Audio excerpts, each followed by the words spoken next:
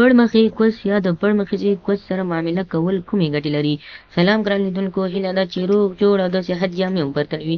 زه یو ځل بیا ستاسو په خدمت کې د یو نوي ویډیو سره حاضر یم. هیله ده چې د پام وړ مو وګرځېږي.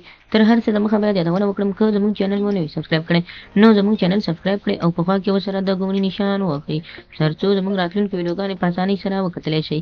مننه. پړمخې سیکس کول یا هم د پړمخې کوس سره معامله کول کومې ګټې لري؟ هغه خلک چې په ذکر کې ډېر کموالی وي د دې پر ځای یو ځل مخکې څو ځله، داسې نه چې یو ځل څو ځله ما ویډیوګانې جوړې کړي او تاسو ته مو طریقه ښودلې چې باید په دغه طریقه د هغه ښځې سره چې زر نه سړېږي یا هم زر نه انزال کېږي، تاسو کولی شئ په دغه طریقه ورسره ډېره زر انزال کړئ.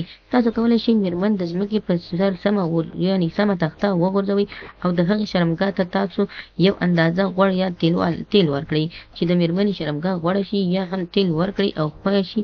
نو بیا تاسو کولی شئ ورسره سیکس وکړئ. کومې ښځې چې ډېر زر نه انزال کېږي نو هغې سره دغه طریقه کول جایز دي.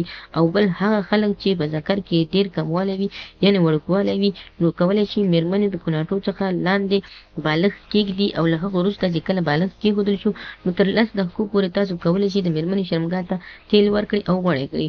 کله چې د مېرمنې شرمګاه غوړه شي تاسو کولی شئ له هغه وروسته د خیر کار ته شروع وکړئ.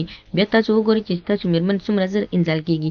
تر ټولو مهمه ګټه دا ده چې هغه خلک چې مېرمنې ته اولاد نشي ورکولی یا حامله کولی نشي، خو لومړی شرط دا دی چې هغه خو د الله په لاس کې دي. هر هغه کار چې تاسو سره یعنې ستاسو د مېرمنې اولاد نه کېږي، ستاسو ماشومان نه پیدا کېږي، نو هغه د الله په لاس کې دي. خو بیا هم یو څه کوشش کول پکار دي چې باید تاسو خپل اندازه کوشش وکړئ.